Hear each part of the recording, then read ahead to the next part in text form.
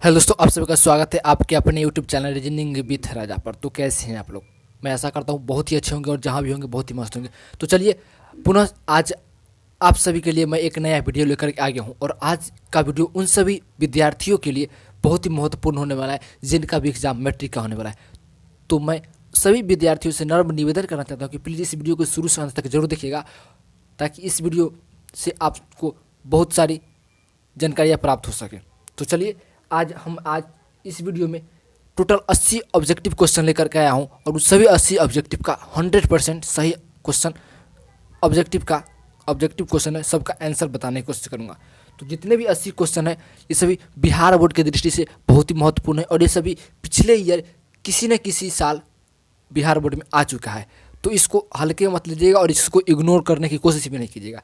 चलिए, और बात यह है कि मैं इसमें 100% पूरा सही आंसर बताने की कोशिश करूँगा। तो चलिए हम लोग वीडियो शुरू करते हैं। उससे पहले आप सभी से निवेदन करना चाहता हूँ कि प्लीज़ अगर इस चैनल पर नए हैं तो चैनल को सब्सक्राइब कर लीजिए और बेल आइकन को भी ऑल कर लीजिएगा। और एक बात मैं बताना चाहता हूँ कि इस वीडियो पर ये मेरा तीसरा साइंस का वीडियो होने जा रहा है। तो इससे पहले हम 2 या 3 वीडियो अपलोड कर चुका हूँ, जा कर के देख लीजिएगा ताकि आपको सहायता मिल सके एग्ज़ाम में। तो चलिए हम लोग क्वेश्चन का पहला क्या है सो देखते हैं।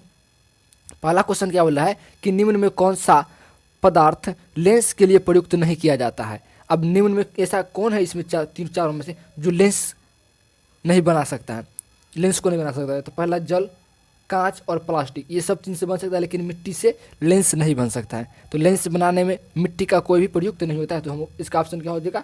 ऑप्शन डी नहीं होगा, मिट्टी होगा इसका आंसर। चलते हैं हम लोग डी। क्वेश्चन नंबर 2 में क्या है कि निर्गत किरण और अभिलंब के बीच के कोण को कहते हैं। निर्गत किरण और अभिलंब के बीच कोण को कहते हैं। ऑप्शन ए में है आपतन कोण, ऑप्शन बी में है परिवर्तन कोण, ऑप्शन सी में निर्गत कोण और इसमें है डी में कोई नहीं। तो इसका आंसर हो जाएगा ऑप्शन सी निर्गत कोण। ऑप्शन सी क्या होगा? निर्गत कोण। हम लोग चलते हैं क्वेश्चन नंबर 3 में। क्वेश्चन नंबर 3 में क्या बोल रहा है? थोड़ा सा नीचे कर दो इसको। क्वेश्चन नंबर 3 में बोल रहा है कि किसी माध्यम में अपवर्तनांक का मान होता है। किसी माध्यम में अपवर्तनांक का मान होता है। तो इसका आंसर है साइन आई बटा साइन आर। साइन आई बटा साइन आर। हम लोग चलते हैं क्वेश्चन नंबर 4 की ओर। क्वेश्चन नंबर 4 में बोल क्या रहा है कि सामान्य दृष्टि के वयस्क के लिए स्पष्ट दर्शन की न्यूनतम दूरी होती है। तो इसका आंसर है 25 centimetre. Option C 25 centimetre, sorry इधर से होगा 25 सेंटीमीटर। और दूरदृष्टि के लिए कितना होगा? तो अनंत होगा, याद रखिएगा। हम चलते हैं क्वेश्चन नंबर 5 में। क्वेश्चन नंबर 5 में क्या है कि दूरदृष्टि वाले आंख साफ साफ देख सकती है। दूरदृष्टि वाले आंख साफ साफ देख सकती है दूर की वस्तुओं को। किसी वस्तु को? दूर की वस्तुओं को। क्वेश्चन नंबर 6 में क्या बोला है? थोड़ा सा ध्यान से देखिए कि क्वेश्चन नंबर 6 में बोला है कि कांच प्रिज्म द्वारा उत्पन्न श्वेत प्रकाश के स्पेक्ट्रम में किस रंग का झुकाव अधिक होता है? किस रंग का झुकाव अधिक होता है? तो इसका आंसर होगा ऑप्शन डी। ऑप्शन डी क्या हो जाएगा? ऑप्शन डी में हो जाएगा बैगनी। क्वेश्चन नंबर 7 में बोल रहा है कि किस उपकरण में धन और स्वर्ण का चिन्ह नहीं होता है? तो इसका आंसर हो जाएगा कुंडली में।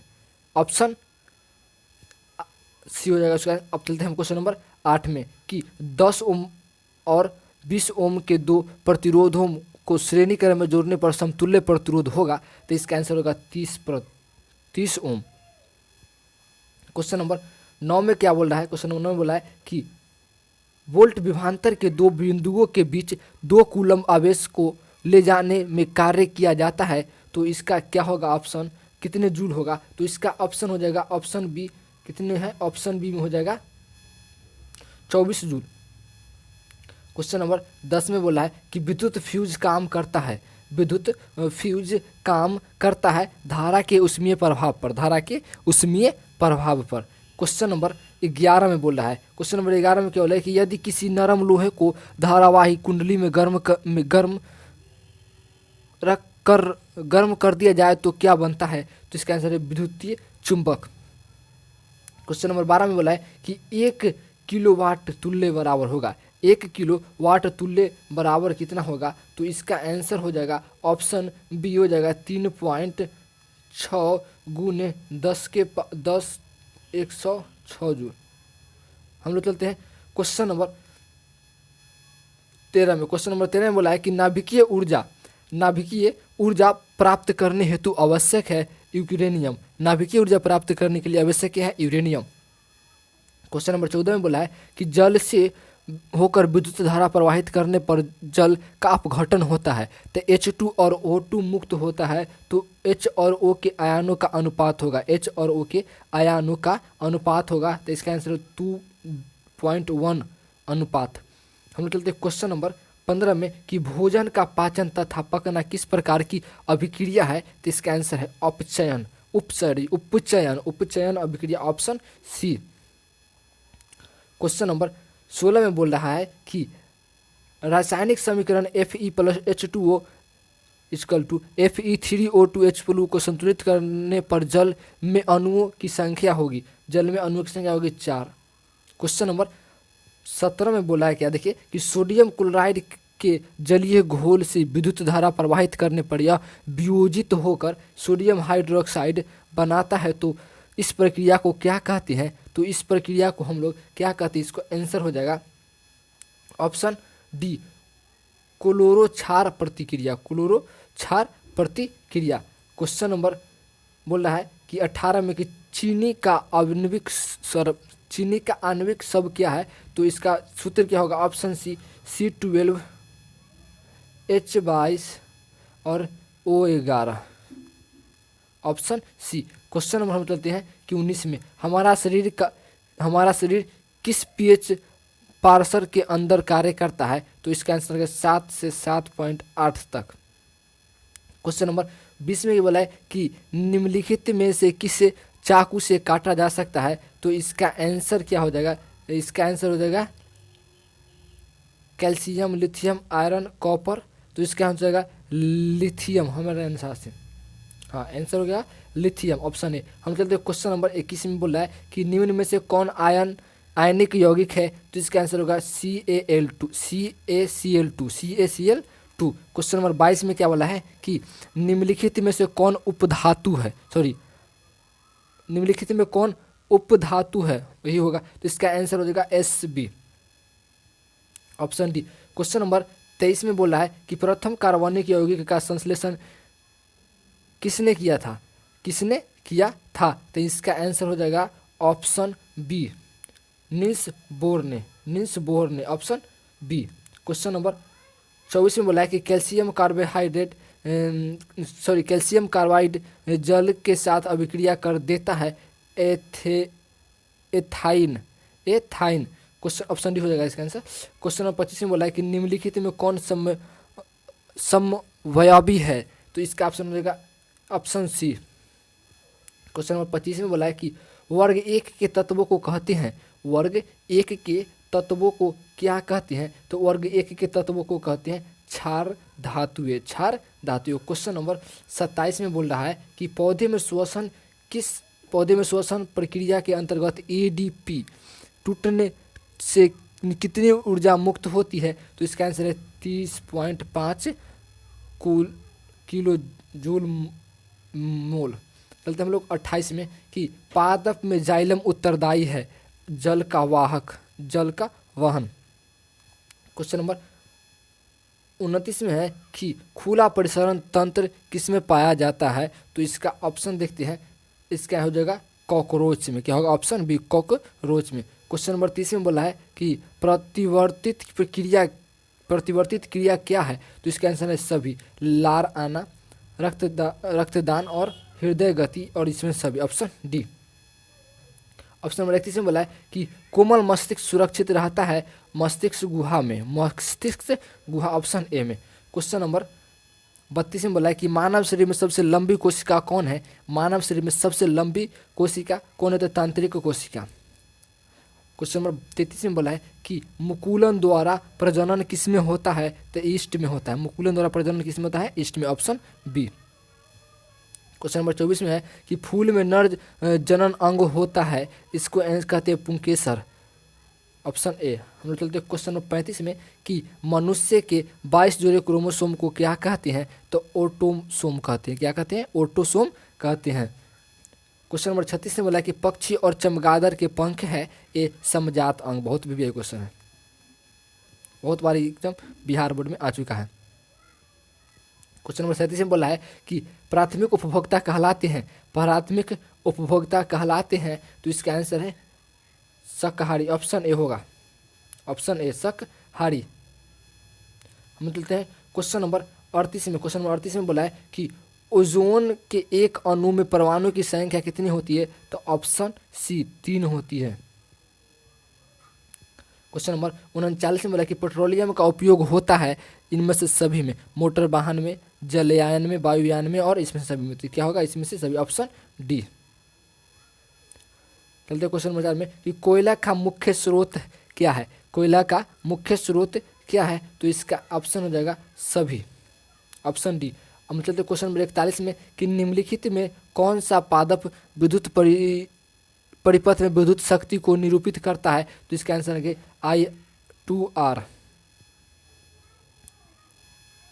क्वेश्चन बोल रहा है कि तांबे की तार की एक आयताकार कुंडली किसी चुंबकीय क्षेत्र में घूर्णन गति कर रही है, तो इस कुंडली में पारित विद्युत धारा की दिशा कितने परिभ्रमण के पश्चात परिवर्तन होगा, तो इसका ऑप्शन हो जाएगा आधे परिवहन के साथ।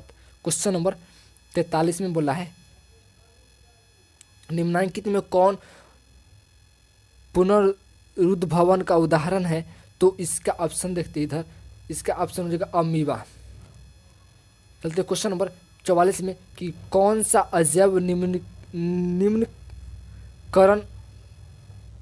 का चार है, जो कुछ भी हो, थोड़ा सा इधर गलती लग रहा है क्वेश्चन, इसका answer thermocol, option C. Question number 45 में है कि डिजिटल प्रभाव प्रकाश की कौन सी परिघटना को प्रदर्शित करता है, तब प्रकाश की प्रकीर्णन को प्रदर्शित करता है, ऑप्शन डी।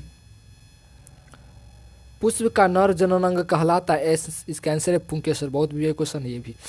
चलते क्वेश्चन नंबर 47 में कि विरंजक चूर्ण का रासायनिक सूत्र क्या होगा, तो CaOCl2, ये हो जाएगा विरंजक चूर्ण का रासायनिक सूत्र, ऑप्शन बी।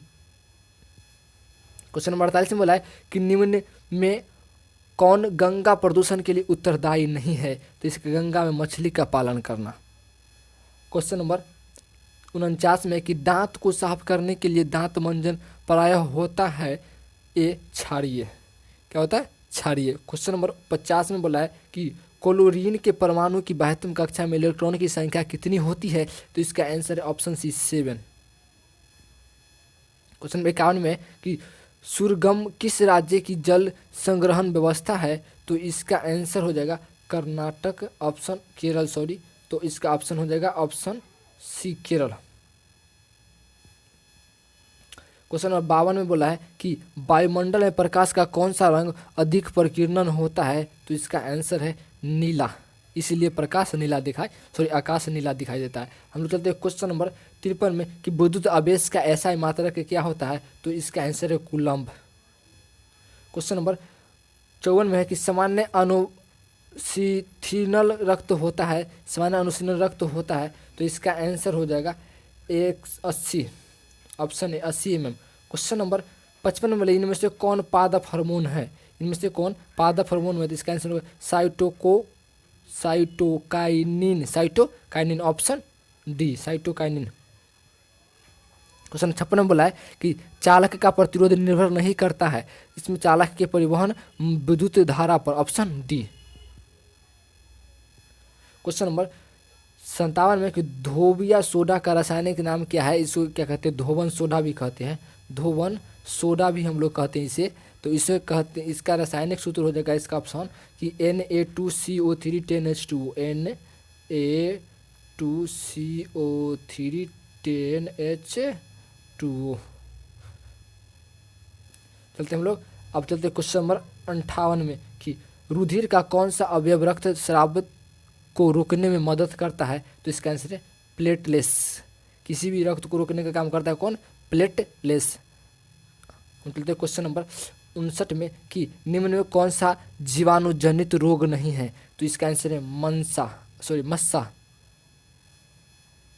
क्वेश्चन नंबर 60 में कि निम्न में कौन सा पर्यावरण अनुकूल नहीं है तो पैदल चलना, साइकिल चलाना, मोटरसाइकिल चलाना, इनमें से कोई नहीं। तो इसका आंसर होगा मोटरसाइकिल चलाना पर्यावरण के अनुकूल नहीं है, क्योंकि इसमें से कार्बन डाइऑक्साइड निकलती है तो पर्यावरण को क्षति पहुँचती है। हम लोग चलते हैं क्वेश्चन नंबर 61 में। क्वेश्चन नंबर 61 में बोला है कि निम्न में किस धातु का गलनांक सबसे कम है? तो इसका Na, सोडियम। क्वेश्चन नंबर 62 में बोला है कि निम्न में से किस दर्पण की फोकस दूरी धनात्मक होती है? तो उत्तल लेंस। अवतल लेंस की ऋणात्मक होती है। क्वेश्चन नंबर 63 में बोला है कि निम्न में से कौन सा उपधातु है? तो इसका आंसर है Ge। क्वेश्चन नंबर 64 में बोला है कि कौन सा धातु कमरे के ताप पर सरल अवस्था में पाया जाता है? तो इसका आंसर है ब्रोमियम। क्वेश्चन नंबर 65 में बोला है कि निम्न में कौन सा स्वच्छ ऊर्जा स्रोत है? तो इसका आंसर है इनमें से सभी, मेरे अनुसार से नहीं, सभी नहीं है, प्राकृतिक गैस। क्वेश्चन नंबर 86 में बोला है कि स्वपोषी पोषण के लिए अवयव है? तो पर्णहरित, सूर्य का प्रकाश, कार्बन डाइऑक्साइड और इसमें सभी, तो इसमें से सभी, ऑप्शन डी। क्वेश्चन नंबर 67 में चलते हैं कि निम्न में कौन सा संबंध सत्य है? तो V बराबर IR। क्वेश्चन नंबर 68 में बोला है कि निम्न में कौन एक लिंगी पुष्प है? निम्न में कौन एक लिंगी पुष्प है? तो इसका आंसर है पपीता फूल, एक लिंगी पुष्प है। क्वेश्चन नंबर 69 में है कि निम्न में कौन एक उभयलिंग जंतु है? तो इसका आंसर है केचुआ को क्या कहते हैं? उभयलिंग जंतु हम लोग कहते हैं। क्वेश्चन नंबर 70 में बोला है कि पादप में पाए जाने वाले वृद्धि हार्मोन निम्न में कौन सा है? तो इसका आंसर है जिब्रेलिन। क्वेश्चन नंबर 71 में बोला है कि कौन सा हाइड्रोकार्बन सबसे सरल यौगिक है? तो इसका आंसर क्या हो जाएगा? Option A methane. Question number 72 में बोला है संगमरमर का रासायनिक सूत्र क्या है? बहुत भी है क्वेश्चन, बहुत बड़ा चुका है बिहार बोर्ड में। तो इसका हो जाएगा CaCO3, option C, CaCO3 sorry. चलते क्वेश्चन नंबर 73 में कि किस अंतरिक्ष यात्री को आकाश कैसा प्रतीत होता है? तक काला। किसी भी अंतरिक्ष यात्री को आकाश किस तरह प्रतीत होगा? तो काला। बहुत बार क्वेश्चन भी ये भी आ चुका है। हम लोग चलते हैं क्वेश्चन नंबर 74 में कि मेरुजुज निकलना जो है क्या होता है? तो प्रम सिस्टक्स, जो कुछ भी है पढ़ ले यार। क्वेश्चन नंबर 75 में बोला कि अतिभारण के समय विद्युत परिपथ में विद्युत धारा का मान होता है, परिवर्तित नहीं होता है, ऑप्शन बी। क्वेश्चन नंबर 76 में बोला है कि किसी कोश में इलेक्ट्रॉन की अधिकतम संख्या है, option B 2n²। Question number 77 में बोला है कि ओजोन परत किस हानिकारक विकिरण से पृथ्वी को सुरक्षा प्रदान करती है? तो पराबैंगनी किरणों से बचाती है हम लोग को। क्वेश्चन नंबर 78 में बोला है कि ऑक्सीजन के दो परमाणु के बीच कितने अबंध होते हैं? तो 2 अबंध होते हैं। क्वेश्चन नंबर 79 में चलता है कि हमारे शरीर का pH पार्सर के बीच कार्य करता है, तो इसका आंसर होगा ऑप्शन डी, 7 से 7.8 के बीच में। क्वेश्चन नंबर 80 में बोला है कि नेत्र में प्रवेश करने वाली प्रकाश किरणों का अधिकांश अपवर्तन कहाँ से होता है? तो इसका आंसर होगा कॉर्निया के बाहरी पृष्ठ से, ऑप्शन ए कॉर्निया के बाहरी पृष्ठ से। तो आशा करता हूँ वीडियो को बहुत अच्छा लगा हो तो वीडियो को लाइक कर देना थोड़ा भाई, लाइक शेयर और कमेंट कर देना। अपने दोस्तों को भी जरूर शेयर करना ताकि इस वीडियो से उनको भी कुछ ना कुछ फ़ायदा हो सके। और मैं इस चैनल पे 3 ये लगाकर 3 या 4 हो जाएगा, साइंस का हो जाएगा, 3 सोशल साइंस का भी है, मैथ का भी है, 2 वीडियो और क्या है हिंदी और संस्कृत का भी है। तो प्लीज़ जाकर के वीडियो को देखें और अपनी सहायता में कुछ मतलब कि अपने दिमाग को थोड़ा सा ज़रूर टेंशन दे कि इतना भी याद करना है तुमको। चलिए, थैंक यू, बाय।